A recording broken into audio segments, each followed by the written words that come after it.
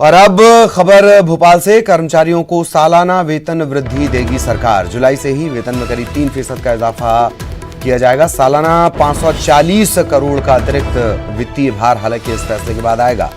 पहले 5% महंगाई भत्ता बढ़ाने का फैसला लिया गया था। अब सालाना वेतन वृद्धि देने की तैयारी है। सालाना वेतन वृद्धि पर कोरोना संकट के चलते रोक लगा दी गई थी। 7वें वेतनमान की तीसरी और अंतिम किश्त के एरियर पर भी रोक लगा दी गई थी।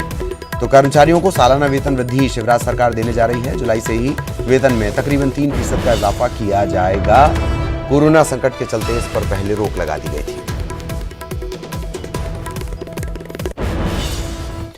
चंबल प्रोग्रेस वे पर सीएम वीडियो कॉन्फ्रेंसिंग के जरिए आज चर्चा करने वाले हैं। केंद्रीय मंत्री नितिन गडकरी के साथ वो वीडियो कॉन्फ्रेंसिंग के जरिए जुड़ेंगे और चंबल प्रोग्रेस वे को लेकर बातचीत करेंगे। किस तरह की रुकावटें हैं, किस तरह की दिक्कतें सामने आ रही हैं।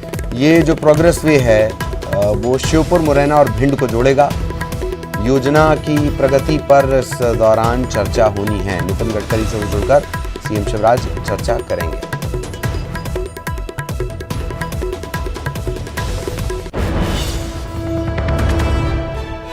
इधर सड़क निर्माण को लेकर क्रेडिट लेने की होड़ मची हुई है। केंद्र ने ग्रामीण सड़कों के लिए 3200 करोड़ रुपए मंजूर किए हैं। पूर्व मंत्री सज्जन सिंह वर्मा ने बड़ा बयान दिया है कि तत्कालीन कमलनाथ सरकार ने सड़क निर्माण का प्रस्ताव भेजा था और इसी प्रस्ताव के आधार पर केंद्र सरकार ने मंजूरी दी थी। ग्रामीण इलाकों में 544 सड़कों का पुल, पुलिया इन सब का निर्माण होना है और सड़कों के निर्माण का श्रेय कमलनाथ सरकार को जाएगा।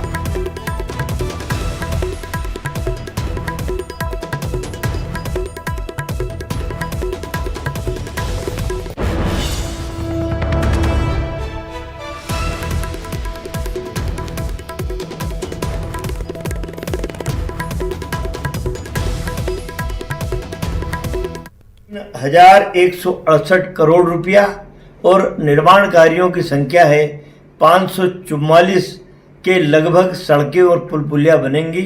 ये इसलिए भाइयों और बहनों मैं आपको बताना चाहता हूँ कि कमलनाथ के अथक प्रयासों से ये योजना मंजूर हुई, लेकिन भारतीय जनता पार्टी के वो झूठी सरकार में बैठे हुए झूठे नेता आपके सामने नए नए सगुफे लाएंगे कि ये शिवराज ने किया या फलाचंद ने किया। हमारे पास तारीख गवाह है, तथ्य है हमारे पास।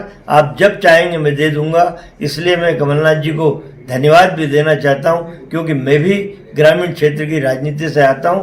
किसान भाइयों बहनों को बहुत सुविधा मिलेगी। बहुत धन्यवाद कमलनाथ जी।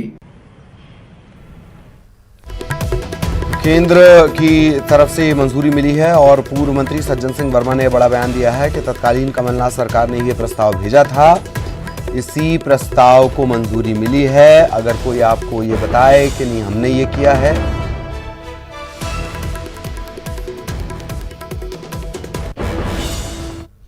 तो जैसे कि हम लगातार आपको बता रहे हैं कि ग्रामीण क्षेत्रों की सड़कों पर मंजूरी जो मिली है उस पर अब सियासत भी छिड़ गई है।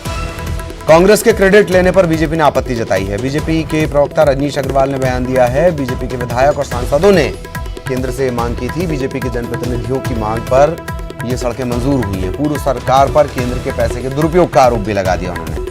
पीएम आवास योजना में राशि नहीं देने का आरोप लगाया गया है।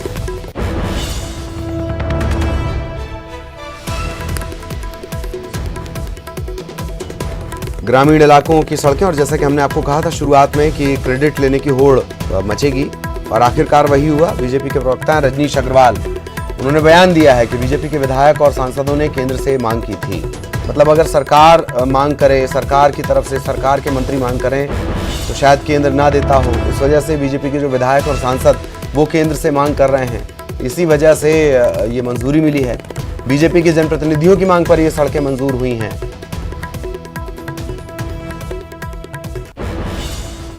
देखिए, मध्य प्रदेश के भारतीय जनता पार्टी के सांसदगण, विधायक गणों ने कई समय से अनुशंसाएं की हुई थी। इन अनुशंसाओं के आधार पर मुख्यमंत्री शिवराज सिंह चौहान जी ने मध्य प्रदेश भाजपा सरकार की ओर से केंद्रीय मंत्री आदरणीय नरेंद्र सिंह तोमर जी को प्रस्ताव जो भेजे थे, तो सारे के सारे प्रस्ताव, लगभग 4000 करोड़ के प्रस्ताव आदरणीय नरेंद्र सिंह तोमर जी ने स्वीकृत किए हैं। और बहुतायत ग्रामीण क्षेत्रों की जो सड़कें हैं वो जो भाजपा जनप्रतिनिधि मांग करते रहे हैं उनको लेकर उन्होंने स्वीकृति दी है।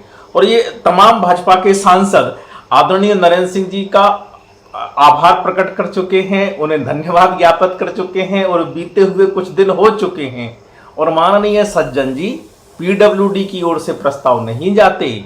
माननीय सज्जन जी, आपकी सरकार में जब कमलनाथ जी की कलंकित कांग्रेस की सरकार थी तो मध्य प्रदेश में केंद्र की ओर से आने वाली योजनाओं और प्रोजेक्ट्स परियोजनाओं के पैसे आपने रोक लिए थे। इसी डिपार्टमेंट की जिसकी नरेंद्र सिंह जी मंत्री हैं, 2,43,000 प्रधानमंत्री आवास रोकने का काम आपने किया।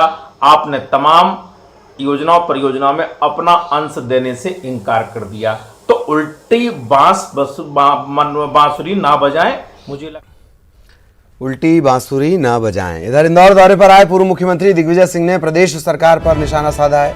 उन्होंने कहा कि मंत्रिमंडल में 14 ऐसे लोग हैं जो विधायक नहीं हैं। इनमें से जो जीतेंगे या हारेंगे उसके बाद ही मंत्री तय हो पाएंगे। फिलहाल ये अंतरिम मंत्रिमंडल है। वहीं इंदौर के जो बीजेपी विधायक है रमेश मेंदोला, उन्हें मंत्री ना बनाए जाने पर दिग्विजय सिंह ने कहा कि मेंदोला प्रदेश में सबसे ज्यादा मतों से जीतने वाले विधायक हैं, लोकप्रिय भी हैं, लेकिन शायद शिवराज सिंह चौहान को कैलाश विजयवर्गीय पसंद नहीं है। प्रदेश की बीजेपी सरकार के भविष्य पर दिग्विजय सिंह ने कहा कि सितंबर तक ये लूली लंगड़ी सरकार है, आगे देखिए क्या होता है।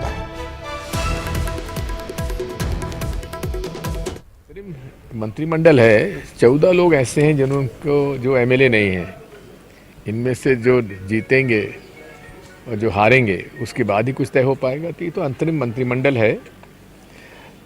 मेंदोला जी हमारे प्रदेश में सबसे ज़्यादा वोटों से जीतते हैं। 13 में भी और 18 में सबसे ज़्यादा वोटों से वही जीते, लोकप्रिय हैं। लेकिन शायद हमारे शिवराज चौहान जी को कैलाश विजयवर्गीय पसंद नहीं है। और यहां रुकेंगे एक ब्रेक के लिए।